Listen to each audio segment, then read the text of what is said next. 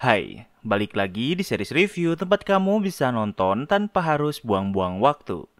Kali ini kita akan membahas series 30 koin season pertama. Sebagai gambaran, series ini menceritakan sebuah kota kecil di Spanyol yang sering terjadi hal aneh. Setelah datangnya seorang pastor baru misterius. Setiap kali kejadian aneh terjadi selalu berhubungan dengan pastor ini dan melibatkan 30 koin perak. Apa sebenarnya 30 koin perak ini?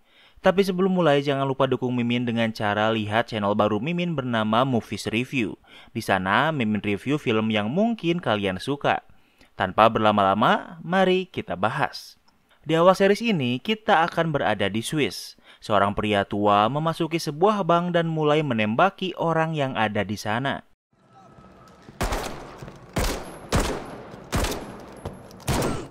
Namun walau ia ditembak, namun ia tidak terpengaruh sedikit pun.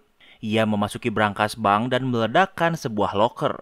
Yang pria ini cari bukanlah uang melainkan sebuah koin yang terlihat kuno. Saat pria ini keluar, ia ditembaki berkali-kali namun tetap tak terpengaruh. Di luar, ia menaiki sebuah mobil bersama seorang pria.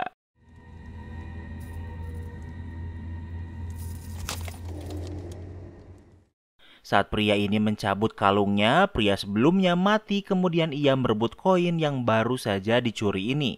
Sepertinya ini adalah sebuah praktik ilmu hitam. Sementara itu, di sebuah kota kecil di Spanyol, di sebuah peternakan sapi, seekor sapi sedang melahirkan.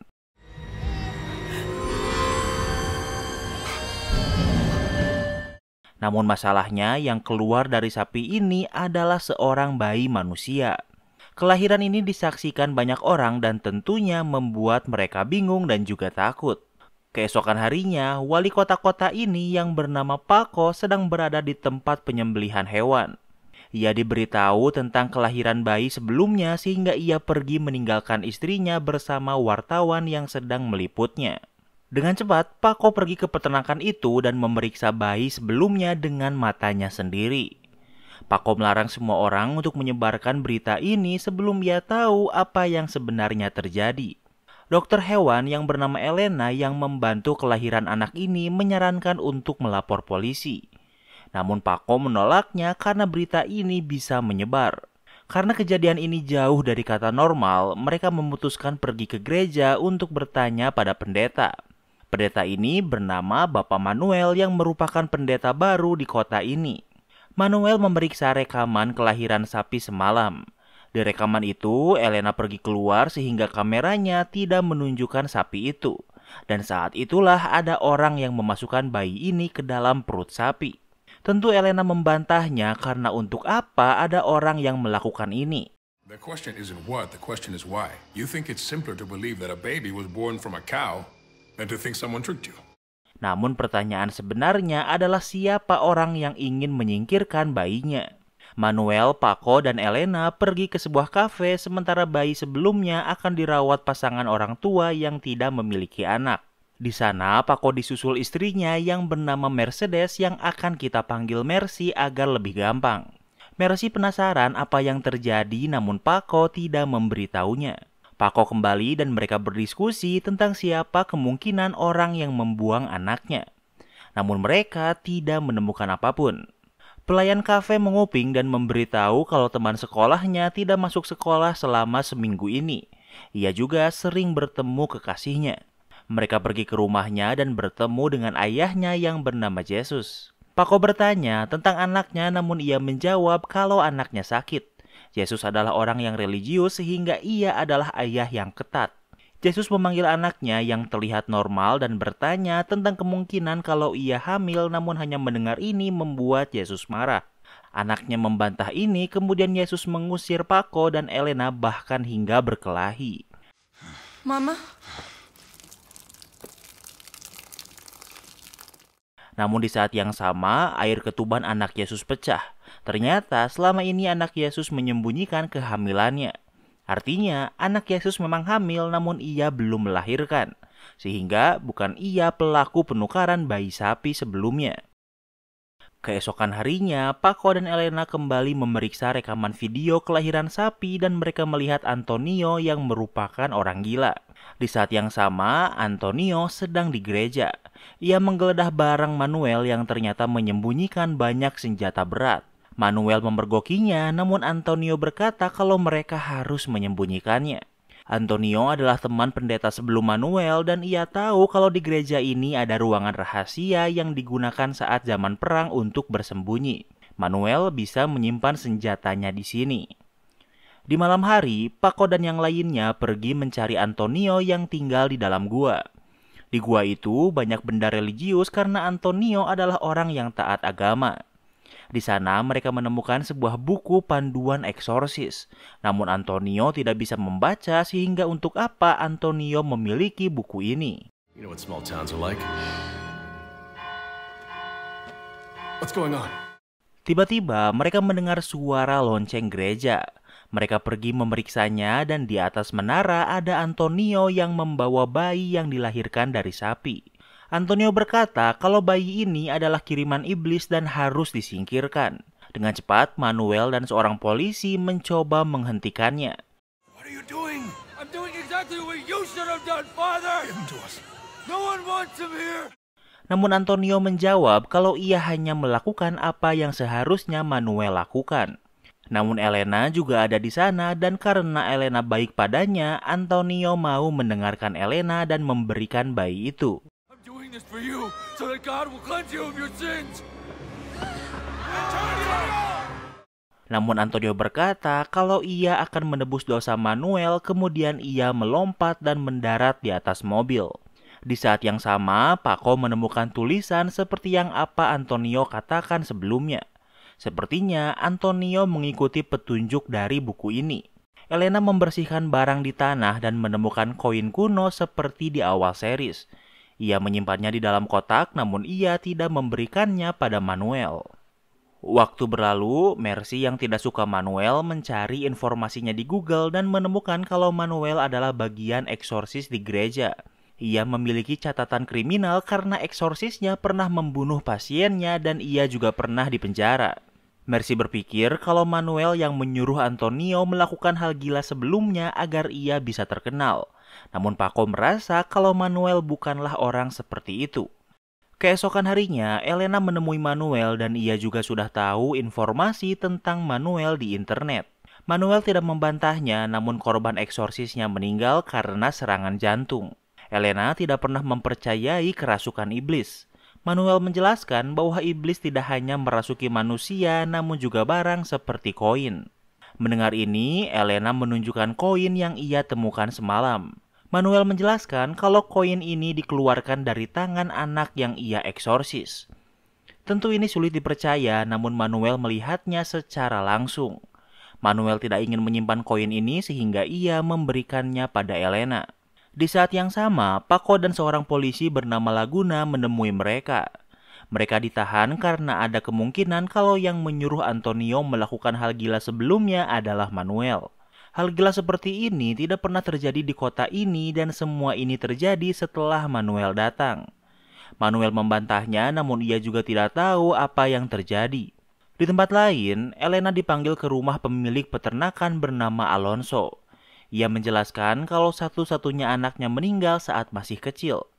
Istrinya sangat senang saat bisa merawat bayi yang dilahirkan sapi sebelumnya. Namun ia berpikir kalau anak ini bukanlah manusia. Alonso membawa Elena menemui istrinya yang bernama Carmen. Carmen membiarkan kamar anaknya seperti sebelum anaknya meninggal. Ia memandang bayi ini sebagai sebuah keajaiban yang dikirim Tuhan untuknya. Elena bertanya di mana bayi itu, namun Carmen menjawab kalau bayi itu sudah bisa berjalan.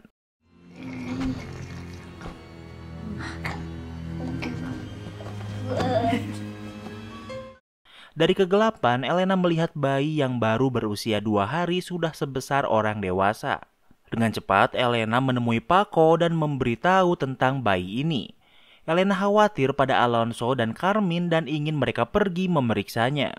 Hari sudah gelap dan mereka sudah di perjalanan. Namun Paco malah mengantar Elena ke rumahnya karena sekarang sudah larut malam. Saat di rumah Elena, Paco melihat foto Elena bersama suaminya. Namun suami Elena menghilang 2 tahun yang lalu begitu saja tanpa memberitahunya apapun. Elena melapor polisi, namun mereka malah menertawakannya karena kemungkinannya antara salah satu dari mereka ada yang berselingkuh. Paco berencana pulang, namun di luar ia melihat tetangga yang bergosip karena Paco datang ke rumah Elena malam-malam. Kebanyakan warga kota ini religius sehingga terlihat seolah Paco sedang berselingkuh dengan Elena. Di tempat lain, Manuel sudah dibebaskan dan berada di rumahnya. Ia mengingat anak yang ia eksorsis yang bernama Giacomo. Giacomo diikat sambil mengamuk sementara Manuel hanya bisa mendoakannya.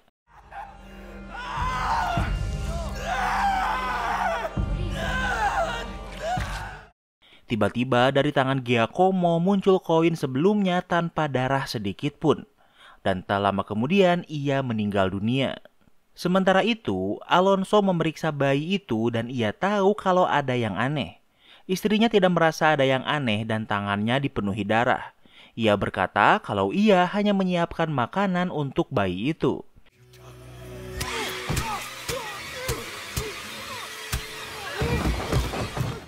Alonso ingin menelepon Elena, namun Carmine tidak suka dan ia menyerang suaminya dengan menusuknya berkali-kali hingga jatuh. Di tempat lain, Elena yang masih penasaran pergi ke rumah Paco. Elena ingin mereka pergi ke rumah Alonso karena khawatir, namun Paco masih berpikir untuk pergi besok.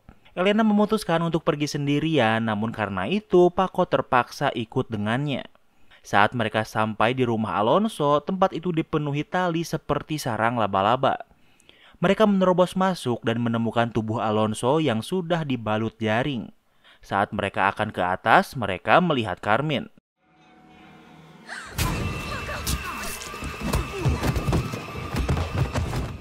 Mereka ingin memeriksa bayi itu, namun Carmine malah menyerang Paco dengan menusuknya sehingga mereka berdua jatuh. Paco ditangkap Carmine sementara Elena bisa melarikan diri. Elena berencana mencari bantuan dan untungnya ia bertemu dengan Manuel dan Laguna yang juga berpikiran sama. Tak lama kemudian mereka sampai dan melihat tubuh Alonso dan Paco yang dibalut jaring.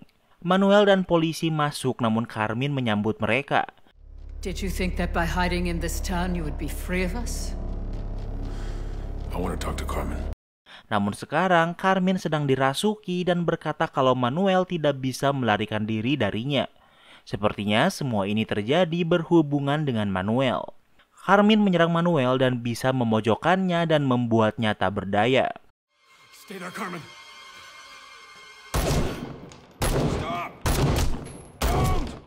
Laguna tidak punya pilihan lain kecuali harus menembak Carmine. Tak lama kemudian ambulan datang. Paco dan Carmine masih hidup sehingga mereka akan dibawa ke rumah sakit. Sementara itu, Elena pergi ke kamar bayi itu, namun yang ia temukan adalah kulit bayi itu yang sudah kosong seolah ular yang berganti kulit. Di sana ada Manuel yang berkata apapun yang Elena lihat hari ini, ia harus menyangkalnya. Di tempat lain, di ambulan di mana Paco dan Carmine berada, tiba-tiba Carmine bangkit dan mengeluarkan sebuah mainan laba-laba yang menyeramkan. What the hell?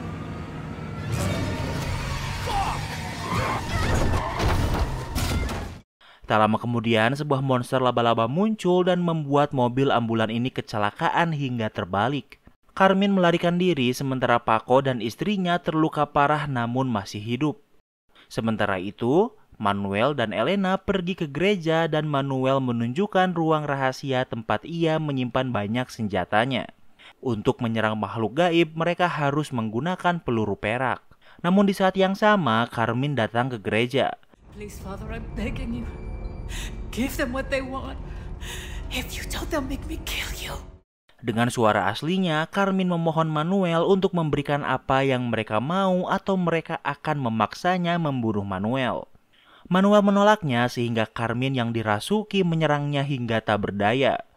Elena yang ketakutan hanya bisa bersembunyi. Carmine memberitahu Elena untuk membujuk Manuel untuk memberikan koinnya. You've got it, you bitch! Namun saat Elena menunjukkan koin itu, Carmine menyerangnya. Namun Manuel berhasil menyelamatkannya dan tanpa ragu menembak Carmine dengan peluru peraknya berkali-kali dan membunuhnya. Kemudian Manuel membawa mayat Carmine keluar, namun di saat yang sama ada monster yang mendekati tempat persembunyian Elena. Elena diserang, sementara monster menakutkan ini bisa memojokkannya dengan mudah.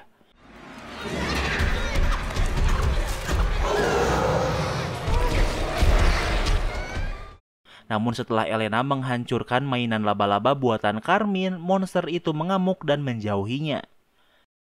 Sebulan kemudian, beberapa remaja melakukan uji nyali dengan bermain Ouija board di pemakaman di tengah malam. Who's doing that? Stop it. Guys. Petunjuk papannya bergerak dan mengenalkan kalau namanya adalah Giacomo, nama yang sama seperti anak yang Manuel eksorsis. Saat mereka bertanya apakah ia ada di surga atau di neraka, Giacomo menjawab kalau ia ada di sini dan tiba-tiba lilin mati dan membuat tempat ini sangat gelap.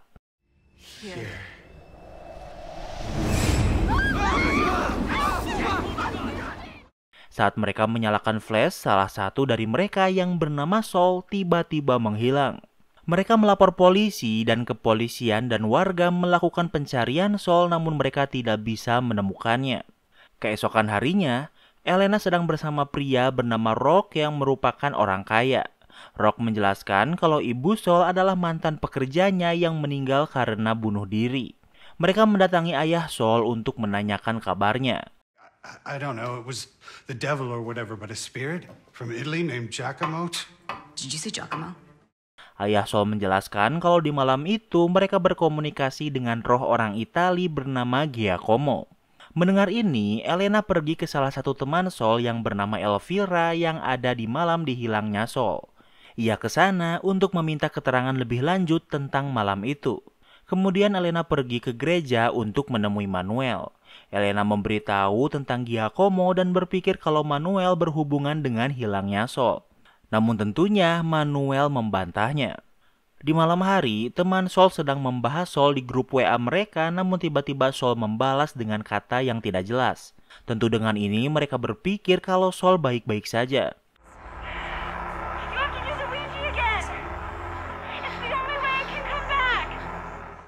Tiba-tiba Saul menelepon salah satu temannya. Ia berkata kalau mereka harus melakukan Ouija lagi karena itu satu-satunya caranya kembali. Di tempat lain, Elvira mendatangi Elena dan memberitahunya tentang Saul yang meminta mereka bermain Ouija lagi. Elvira mengajak Elena ke sebuah gudang karena malam ini hujan sehingga mereka tidak bisa melakukannya di pemakaman. What if we try it and another one of us disappears? Mereka belum mulai namun gelas di sana bergerak dengan sendirinya. Gelas ini berkata kalau ia ingin berbicara dengan Elena. Elena menurutinya dan Ouija ini ingin Elena memberinya koin.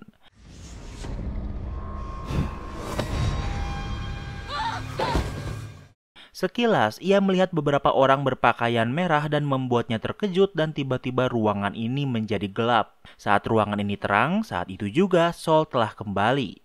Keesokan harinya, Saul pergi ke bilik pengakuan dosa bersama Manuel. They told me to talk to you. Who told you that? Your friends. Saul berkata kalau teman Manuel memintanya untuk mengembalikan koin mereka. Sepertinya setelah Saul kembali, tubuhnya dikendalikan orang yang mengincar koin kuno ini. I'm really sorry. Why, sweetie? Because you're going to die before the sun sets. Namun saat akan pulang, Saul memberitahu seorang pria kalau sebentar lagi ia akan meninggal. Mendengar ini, pria ini panik dan mengalami serangan jantung dan tak lama kemudian meninggal dunia. Saul memberitahu Elvira setelah ia kembali, ia bisa melihat seperti aura pada orang-orang. Aura orang yang berwarna merah dan hampir hitam artinya sebentar lagi akan meninggal. Saul menunjukkan kalau di luar ada pria yang membawa bunga yang juga akan segera meninggal. Mendengar ini, Elvira memberitahu Elena kalau Saul bisa melihat kematian seseorang. Ia memberitahu kalau pria yang membawa bunga itu akan segera meninggal.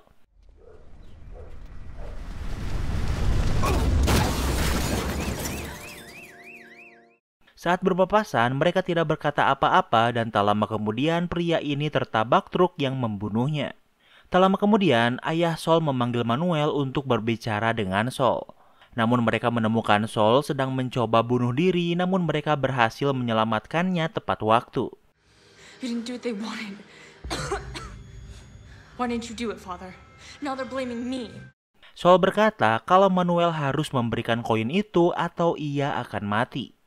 Waktu berlalu, di tengah malam Saul mendatangi rumah Manuel.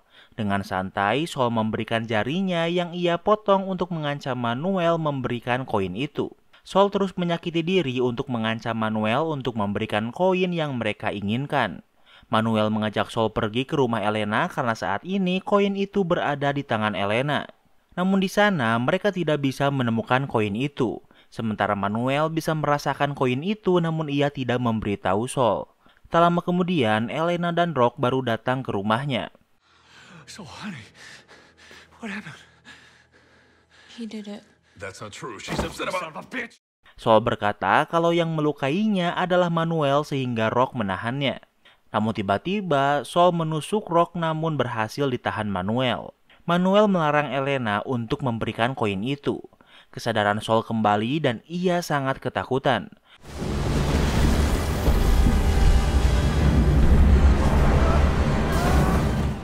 Tiba-tiba atap rumah ini hancur dan membuat mereka tersedot ke atas. Namun Saul berhasil melawan dan membuat ruangan ini kembali seperti semula. Keesokan harinya, Rock terbangun di rumah sakit walau kondisinya sangat buruk namun ia berhasil selamat dan juga dengan Saul. Waktu berlalu, di kota ini sedang diadakan sebuah acara pernikahan di hotel milik Paco dan istrinya. Namun masalahnya, kue pernikahan ini masih belum sampai. Di tempat lain, orang yang membawa kue masih di perjalanan dan kondisinya saat ini sedang sangat buruk dan ia mengalami kecelakaan. Paco yang diberitahu datang ke tempat kejadian sambil mengantar istri pria ini. Istri pria ini menjelaskan kalau mereka membeli apartemen di atas mereka untuk memperluas bisnis mereka. Apartemen ini tidak pernah dibuka selama 50 tahun lamanya. Saat pria ini membersihkan apartemen itu, ada sebuah cermin yang membuat suaminya gila. Keesokan harinya, Paco dan Elena memeriksa cermin itu dan mereka menyadari kalau di cermin itu mereka melihat sebuah buku. Namun saat berbalik, tidak ada buku di atas meja di sana. Elena memfoto buku yang tertulis dalam bahasa Yunani. Setelah mereka mencari informasi, buku ini adalah Injil Yudas, kitab Injil yang tidak diakui gereja sebagai inspirasi dari Tuhan. Dari salah satu foto lembaran kitab Injil Yudas, ada kalimat yang menjelaskan kalau Yesuslah yang meminta Yudas untuk mengkhianatinya sehingga Yesus di-crucified. Paco bertanya pada Manuel dan Manuel tahu tentang kitab Injil Yudas. Inti dari Injil ini adalah Yesus meminta Yudas untuk mengkhianatinya agar keajaiban Yesus bisa dibangkitkan. Yudas dianggap sebagai orang suci terhebat karena mengorbankan diri agar Yesus bisa memenuhi takdirnya. Namun karena cerita ini bisa menimbulkan keraguan, gereja menutupi hal ini. Kemudian Paco dan Manuel sampai di tempat cermin sebelumnya berada di mana Elena masih ada di sana. Manuel tidak bisa menjelaskan apa yang terjadi. Pintu di cermin terbuka sementara di sini tertutup.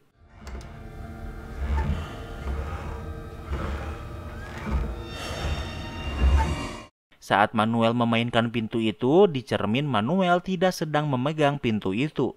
Manuel memutuskan untuk menghabiskan malam di sini sendirian untuk memeriksa cermin ini. Yang dilakukannya hanya duduk di depan cermin ini. Di luar, Paco menunjukkan kalau ia telah memasang kamera CCTV tanpa memberitahu Manuel. Mereka ingin tahu apakah cermin ini adalah ulah Manuel. Semalam, Paco dan Elena terus memandangi layar CCTV di ponsel mereka. Namun saat mereka tertidur, Manuel juga tertidur di depan cermin. Namun dirinya yang dari cermin bangkit dan menatapnya sambil tersenyum. Keesokan harinya, Paco dan Elena kembali dan membangunkan Manuel yang tertidur. Paco menunjukkan rekaman CCTV yang menunjukkan pantulannya di cermin yang bergerak. Namun dari sisi lain cermin, mereka juga melihat seseorang. Keesokan harinya, mereka kembali dan menemukan Manuel yang akan menghancurkan cermin itu, namun mereka berhasil menghentikannya.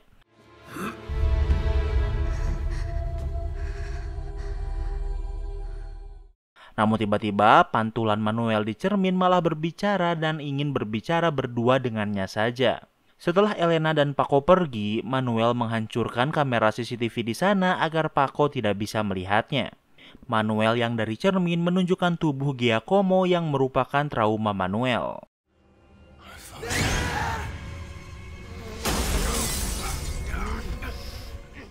Tiba-tiba, Giacomo bangkit dan memaksa Manuel memasuki cermin sementara Manuel yang palsu keluar dari cermin.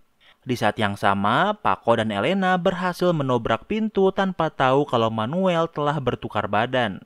Manuel palsu mengajak Paco dan Elena ke gereja. Ia menjelaskan kalau gereja mengumpulkan barang Yesus dan orang suci. Barang-barang ini bisa memberikan kekuatan. Orang-orang yang mengumpulkan koin ini sedang mengumpulkan barang yang pernah menyakiti Yesus. Seperti paku dari salib, duri tajam di mahkota, tombak yang menusuk Yesus, dan 30 koin Yudas. Sebagai informasi, Yudas adalah salah satu murid Yesus yang mengkhianati Yesus sehingga ia di-crucified. Sebagai imbalannya, Yudas dibayar 30 keping koin. Namun kemudian Yudas meninggal karena bunuh diri dan 30 koin inilah yang diperebutkan. Kembali ke cerita, Manuel menyarankan Elena untuk memberikan koin itu padanya agar aman. Elena menjawab kalau ia akan membawa koin itu dulu di rumahnya. Saat di rumah, Elena merasa kalau Manuel yang ia temui adalah palsu. Di malam hari, Manuel datang ke rumah Elena namun ia tidak mempercayainya. Saat mendekat, Elena melihat jam tangan Manuel yang terbalik sehingga kini Elena yakin kalau ia palsu. Elena mendorong Manuel namun ia tidak melawan. Manuel mengumpulkan warga kota sementara Paco dan Elena pergi ke tempat cermin itu berada. Dengan bantuan cermin, Elena bisa memegang buku di atas meja.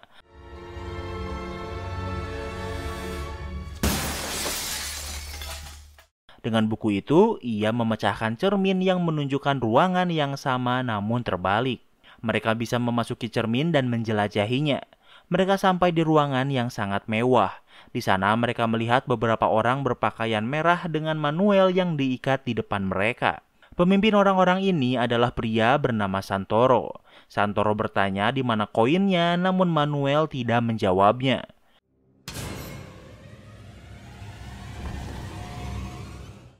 Elena menunjukkan koin itu sehingga mereka lengah dan Manuel bisa membebaskan diri.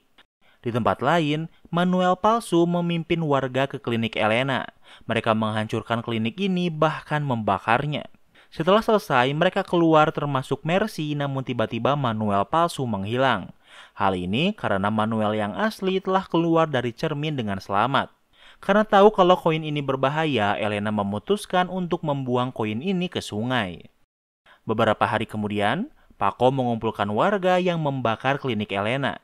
Mereka semua sadar kalau mereka membakar klinik Elena, namun mereka tidak tahu kenapa. Karena tidak bisa dijelaskan, mereka berpikir kalau ini adalah praktik ilmu sihir. Semua hal ini terjadi setelah Manuel datang ke kota ini. Mercy menjelaskan kalau Manuel pernah dipenjara dan ia mengusulkan warga untuk memohon uskup untuk mengirim pastor baru. Dan semua orang menyetujui ini. Di saat yang sama, Manuel sedang di pesawat dengan tujuan ke Italia. Di tahun 1990, Manuel muda sedang bersama dua temannya dan salah satunya adalah Santoro. Sementara teman lainnya adalah Sandro. Mereka bertiga datang ke Roma untuk menjadi pendeta. Saat kuliah eksorsis, dosen menunjukkan perempuan yang sedang dirasuki iblis dan bagaimana cara melakukan eksorsis seperti yang dilakukan berabad-abad tahun yang lalu. Manuel bertanya kenapa kita tidak boleh mendengar perkataan iblis. Dengan bisa mengenali musuh bisa memudahkan untuk melawannya. Namun dosen yang tradisional ini berpikir kalau pertanyaan Manuel bodoh. The devil would have to be incredibly stupid to keep retreating from that alone, right? Manuel tidak mengerti setelah berabad-abad melawan iblis, namun senjata yang dimiliki gereja hanyalah buku panduan ini. Manuel berpikir kalau iblis pasti sangat bodoh jika terus bisa dilawan dengan cara yang sama. Karena hal ini, Manuel diusir dari kelas. Santoro mengundang Manuel dan Sandro karena ada hal yang ingin ia tunjukkan. Santoro menunjukkan seorang pria yang diikat di sebuah tempat penyimpanan. Pria ini sudah diikat selama 2 bulan dan Santoro merawatnya di sini. Sama seperti Manuel, Santoro penasaran dan ingin berkomunikasi dengan iblis. Pria ini bernama Angelo dan ia sedang dirasuki. Sandro tidak tertarik dan mencoba melakukan eksorsis padanya. Namun apa yang Sandro lakukan tidak berefek apapun. Angela tahu semua tentang Manuel, bahkan kenangan masa kecilnya. Sandro bertanya kalau memang ia kuat, kenapa ia tidak membebaskan diri.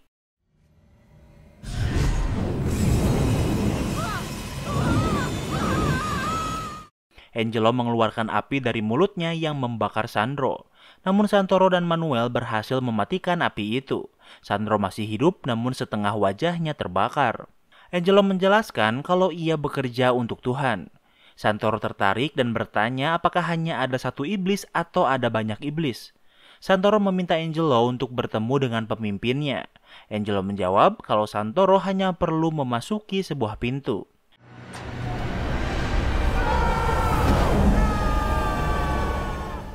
Santoro membuka pintu itu yang menunjukkan cahaya terang. Namun saat Manuel membukanya, ia hanya melihat ruangan penyimpanan lain yang kosong. Di ruangannya, ia juga tidak bisa menemukan Angelo. Kembali ke masa sekarang, Manuel datang ke sebuah penjara untuk menemui Sandro yang ditugaskan di sini. Manuel menjelaskan kalau Santoro memburunya. Sandro menyarankan Manuel pergi ke tempat yang jauh dari jangkauannya seperti zona perang. Di tempat lain, Paco pergi ke rumah Elena, namun ternyata Elena sudah memutuskan kalau ia akan pergi dari kota ini. Selain karena warga yang membakar kliniknya, ada juga tuduhan perselingkuhannya dengan Paco dan juga suaminya yang tiba-tiba menghilang. Elena akan pergi dengan Rock dan bekerja di tempat lain. Di malam hari, seorang perempuan tua mendatangi sebuah orang-orangan sawah. Di dalamnya ada sebuah dompet berisi foto Elena dan suaminya. Wanita ini menumpahkan cairan di sekitar orang sawah itu. Tak lama kemudian muncul daging dari bebegik ini. Keesokan harinya, bebegik ini berubah menjadi manusia. Ia pergi ke rumah Elena, kemudian mandi, dan ternyata bebegik ini berubah menjadi suami Elena yang menghilang 2 tahun yang lalu. Di tempat lain, Elena dan Rock sudah di bandara bersiap pergi ke Prancis. Namun di saat yang sama, Paco dan Laguna menyusulnya. Ia memberitahu kalau suaminya telah kembali. Di tempat lain, Manuel menemui Paus di ruangan yang rahasia.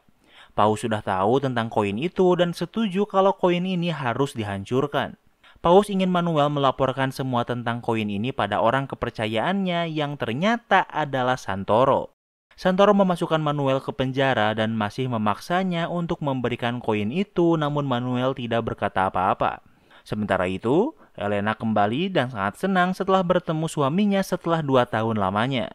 Tentu kembalinya suami Elena menjadi perbincangan seisi kota. Yesus, orang yang anaknya melahirkan di awal series, juga mendengar berita ini dan ia terkejut dan berpikir kalau itu mustahil.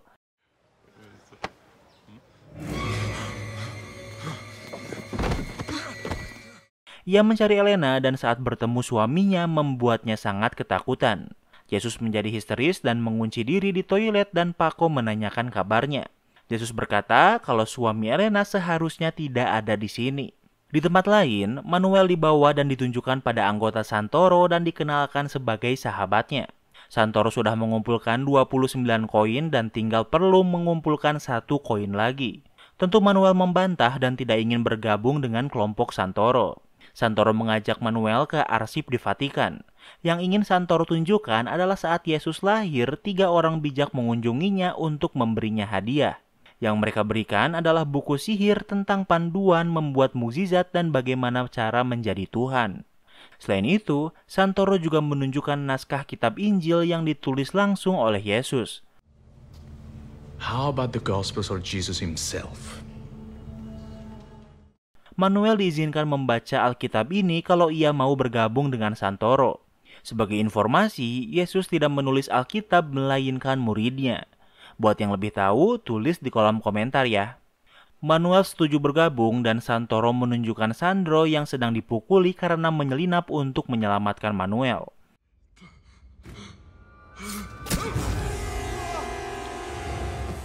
Santoro meminta Manuel membunuh Sandro, namun Manuel memilih menusuk Santoro kemudian melarikan diri.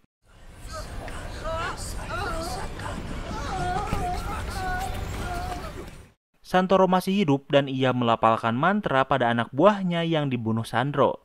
Tubuhnya bergejolak dan membesar seperti akan meledak.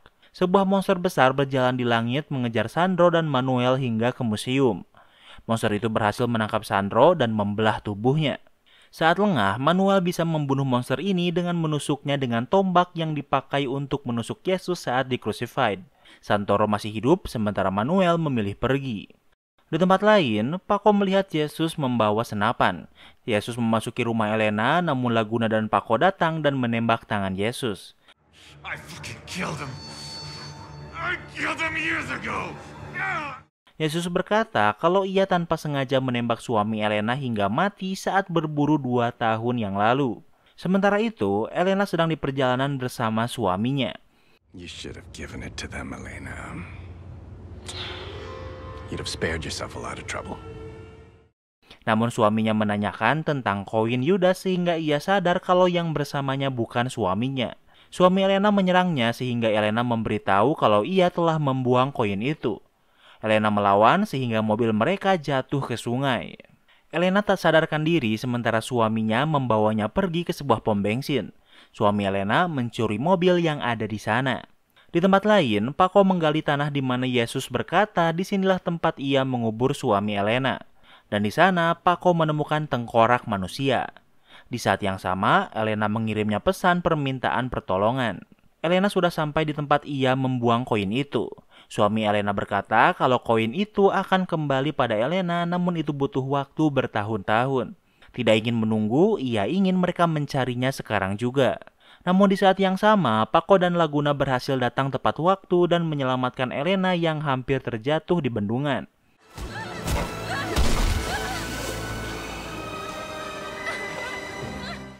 Suami Elena terjatuh, sementara ia berhasil selamat. Sementara itu di Paris, Rock dan temannya sedang makan di restoran Jepang. Namun saat koki membelah ikan, ia menemukan koin Yudas. Rock menyadari koin itu seperti milik Elena sehingga ia menyimpannya. Waktu berlalu, agar bisa menjauh dari jangkauan Santoro, Manuel memutuskan pergi ke zona perang di Suriah. Karena Suriah adalah zona perang, tentunya korban peperangan ada di mana-mana dan Manuel mencoba membantu sebisanya. Namun karena Manuel membawa kalung salib membuat para tentara menangkapnya.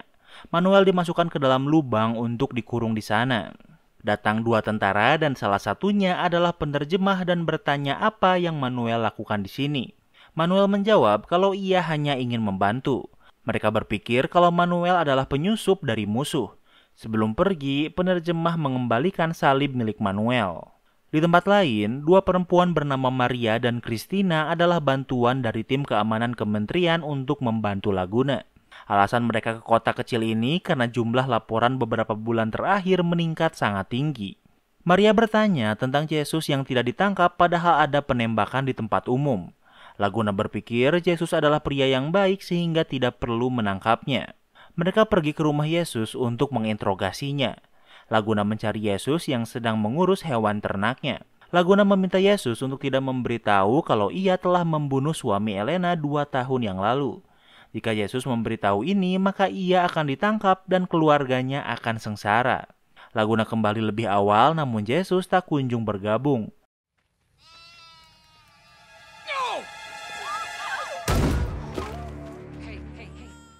Maria dan Christina menyusulnya, namun yang mereka lihat adalah Yesus yang bunuh diri dengan menembak kepalanya sendiri. Waktu berlalu, Paco menemui istrinya dan memberitahunya kalau ia sudah lelah menjadi wali kota. Mereka memiliki tempat pemotongan hewan dan sebuah hotel. Mercy berpikir Paco egois karena ia mau berhenti menjadi wali kota karena lelah sementara ia bekerja keras untuk bisnis mereka. Setahun terakhir, Paco merasa kalau hubungan mereka terasa seperti partner daripada suami istri. Sudah menjadi rahasia umum kalau Paco suka Elena, terlebih sekarang sudah jelas kalau suami Elena ternyata sudah meninggal. Mereka berdebat dan berakhir dengan Paco yang memutuskan untuk berpisah rumah untuk sementara waktu. Sementara itu di Paris, di sebuah panti jompo, pria pencuri koin di awal series menemui seorang pria. It's for me? It's nice. Ia memberikan sebuah kalung dan saat memakainya, pria ini bisa mengontrolnya menjadi boneka. Di tempat lain, Elena sedang bersama Rock di sebuah restoran. Elena berencana tinggal di Paris dan move on apalagi setelah tahu kalau suaminya telah meninggal. Rock memberikan hadiah untuk Elena.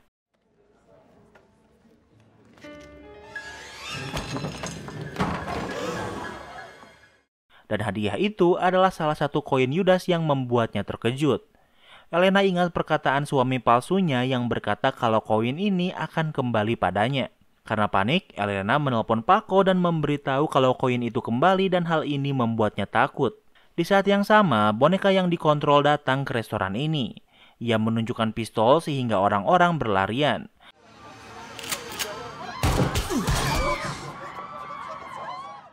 Ia tahu kalau koin itu ada di sini dan ia menembak Rock. Elena memeriksa dan ia melihat boneka yang sedang mencari koin, namun Elena melihat koin itu. Boneka itu ditembak berkali-kali namun tidak mempan.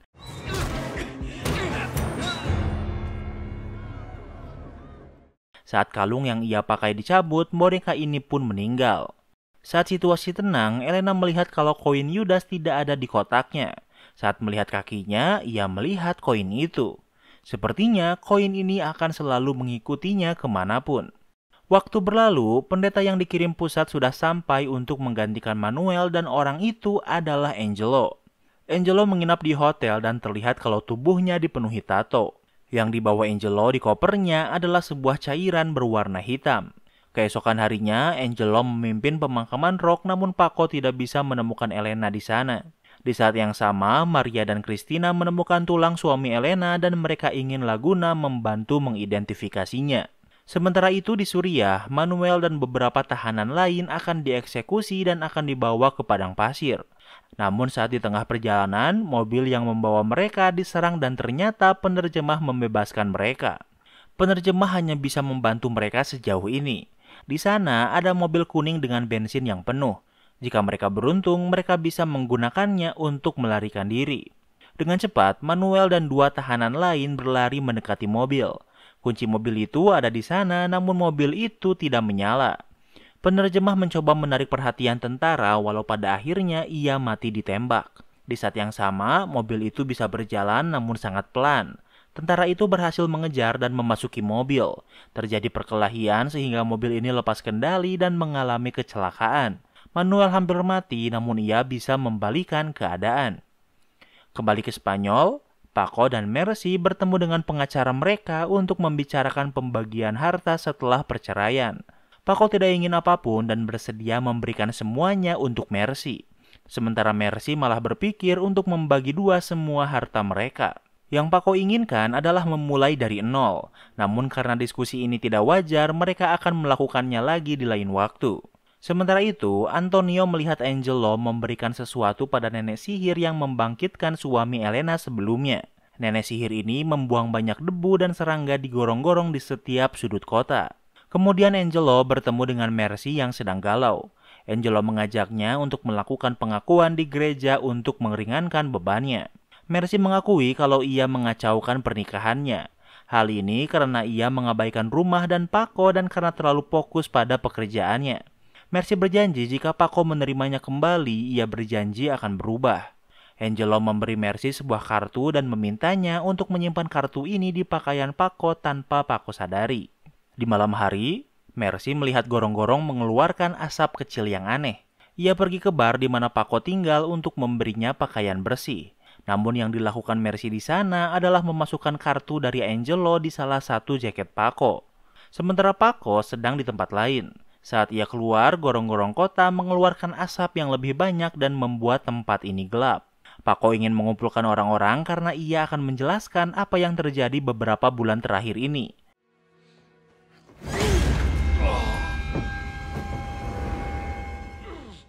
Paco memakai jaket yang disimpan kartu dari Angelo dan tiba-tiba tubuhnya terbanting. Sementara itu, Angelo membuat lingkaran dengan cairan hitam yang ia bawa. Antonio melihatnya dan bertanya apa yang ia lakukan. Angelo menjawab kalau ia sedang menjebak tikus agar tidak bisa kabur. Kemudian ia meminta Angelo untuk meneruskannya dan mengelilingi kota dengan cairan ini. Sementara itu, sebagian warga kota sudah berkumpul di bar. Paco berencana memberitahu tentang koin Yudas. Ini bukanlah ulah Manuel, melainkan musuh Manuel. What does that fog out there mean? Are you alright? Namun tubuh Paco sangat kesakitan sehingga ia tidak bisa melanjutkan pembicaraan dan Angelo mengambil alih. Angelo mengundang mereka untuk pergi ke gereja. Saat Mari dan Christina pulang ke hotel, ia menemukan kepala babi yang menempel di depan pintu. Sementara itu, seorang anak kecil sedang bermain bola.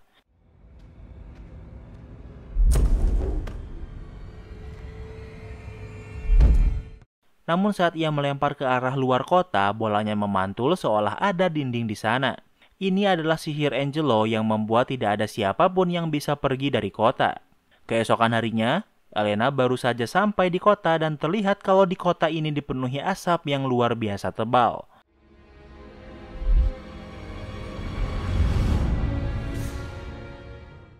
Elena bisa memasuki kota, artinya penghalang ini hanya menghadang orang yang ingin keluar. Saat Elena masuk, Angelo dan Santoro sadar kalau koin terakhirnya sudah dekat. Elena melihat nenek sihir yang pura-pura sakit pinggang sehingga ia membantunya. Laguna yang takut memutuskan untuk pergi dari kota.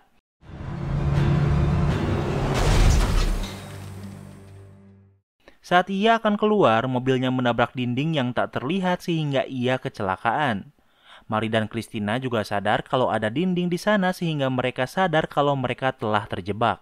Sementara itu, nenek sihir meminta Elena mengantarnya ke rumahnya. Namun itu bohong dan ia berkata kalau di lantai 2 ada orang yang menunggunya. Elena pergi ke lantai 2 dan di sana ia melihat Paco dengan kondisi yang sangat buruk. Di saat yang sama, Manuel juga sudah sampai di kota dan melihat cairan di gerbang masuk namun ia memilih memasukinya. Di tempat lain, Angelo mengumpulkan warga kota di gereja untuk berlindung. Ia meminta mereka untuk tenang dan pergi keluar.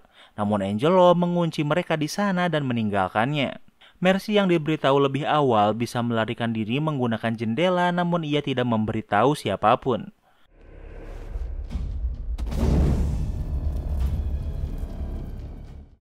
Angelo melemparkan rokok dengan sengaja yang membuat gereja ini mulai terbakar. Sementara itu, Mercy pergi ke tempat Paco dan saat melihat Elena merawat Paco, ia mengamuk dan menyerangnya dengan brutal. Mercy mencabut kalung koin Yudas Elena namun Paco berhasil memisahkan mereka. Kemudian Mercy pergi dan bertemu dengan Angelo dan memberikan koin Yudas padanya. Dan kini Santoro memiliki ke-30 koin Yudas. Di tempat lain, warga yang dijebak di gereja berhasil keluar setelah membobol pintu gereja. Namun di dalam kabut mereka terpencar dan tidak bisa melihat. Mereka mencoba keluar namun mereka sadar kalau mereka terkurung di kota. Paco dan Elena melihat Manuel yang keluar dari gereja setelah membawa senjatanya. Paco dan Elena membawa beberapa pistol Manuel dan mereka mencari Angelo. Angelo muncul dengan tubuh yang berwarna putih namun Manuel tidak bisa mengikutinya.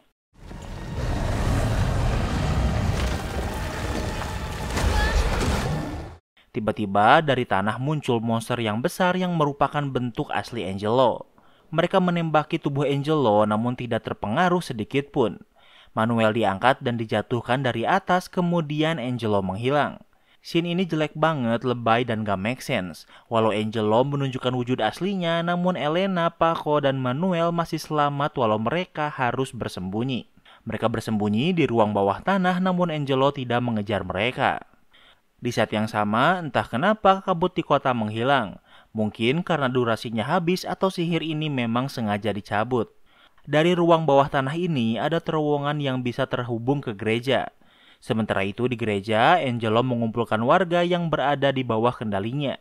Mereka melakukan misa di tengah malam.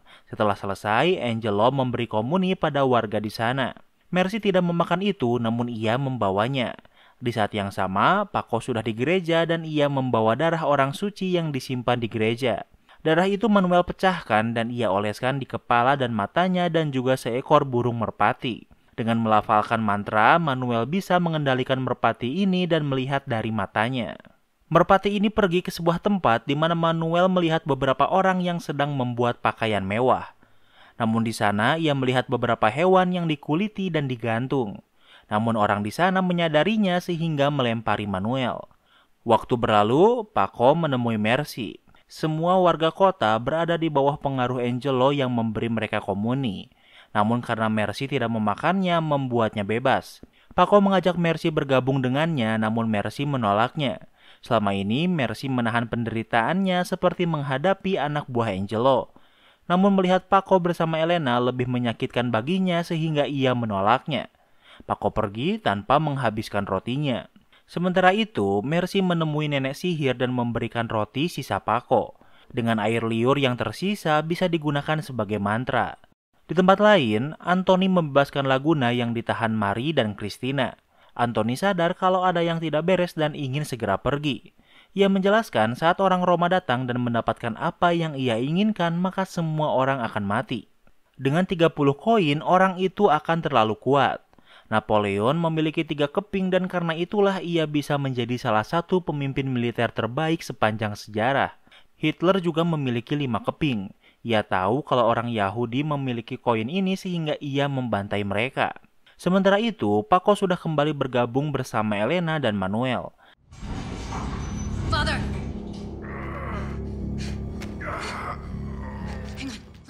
Namun saat di sana, Manuel terjatuh ke dalam lubang namun perhatian Paco tertuju ke tempat lain. Kill me! Ia melihat Mercy yang dengan brutal menyerang Elena. Mercy menusukkan sebuah jarum di leher Elena dan membuatnya tak sadarkan diri. Saat Paco memberitahu Manuel, Elena dan Mercy menghilang. Keesokan harinya, cukup banyak mobil sedan mewah datang ke kota membawa Santoro dan pengikutnya yang disambut warga kota. Mereka memasuki kastil di mana di dalam Santoro bisa melihat tempat itu dipenuhi bangkai hewan. Angelo juga menyambut Santoro dan berkata kalau semuanya sudah disiapkan. Di saat yang sama, Paco dan Manuel juga sudah sampai di kastil. Di dalam kastil dipenuhi bangkai hewan namun mereka beruntung karena bisa menemukan Elena walau tak sadarkan diri. Di saat yang sama, Angelo dan Santoro datang sehingga Manuel mengikutinya.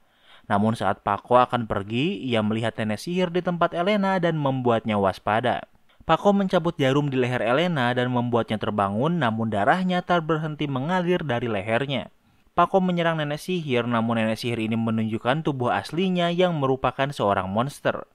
Dengan kaki seperti laba-laba, nenek sihir ini menyerang Paco namun ia berhasil melawan dan membunuhnya. Di tempat lain, Manuel berada di ruangan yang dipenuhi kepala hewan di dinding hingga ke atap. Di sana, ia melihat Santoro yang sedang dimandikan. Angelo juga ada di sana dan Angelo menyerang Manuel hingga tak berdaya. Santoro menggunakan pakaian yang direndam dengan darah hewan kemudian dibalut pakaian mewah. Angelo menjelaskan kalau Santoro butuh pria kuat yang bisa menahan godaan. Manuel bisa melindungi koinnya walau dengan ujian yang ia alami. Dan karena itulah Angelo memberi koin itu pada Manuel. Ternyata orang yang merasuki Giacomo adalah Angelo. Kemudian Santoro mendekati Manuel dengan membawa tombak yang menusuk Yesus dan ke-30 koin Yudas yang sudah terkumpul. Santoro menusuk Manuel dengan ujung tombak itu walau tidak membunuhnya. Santoro keluar dan disambut dengan meriah oleh pengikutnya. Di saat yang sama, Paco membawa Elena keluar kastil sehingga pengikut Santoro mengejarnya. Dengan mencuri mobil, Paco bisa membawa Elena pergi dari kastil. Sementara itu, Manuel melafalkan mantra dan mengambil alih kembali burung merpati sebelumnya. Burung ini mengganggu Santoro.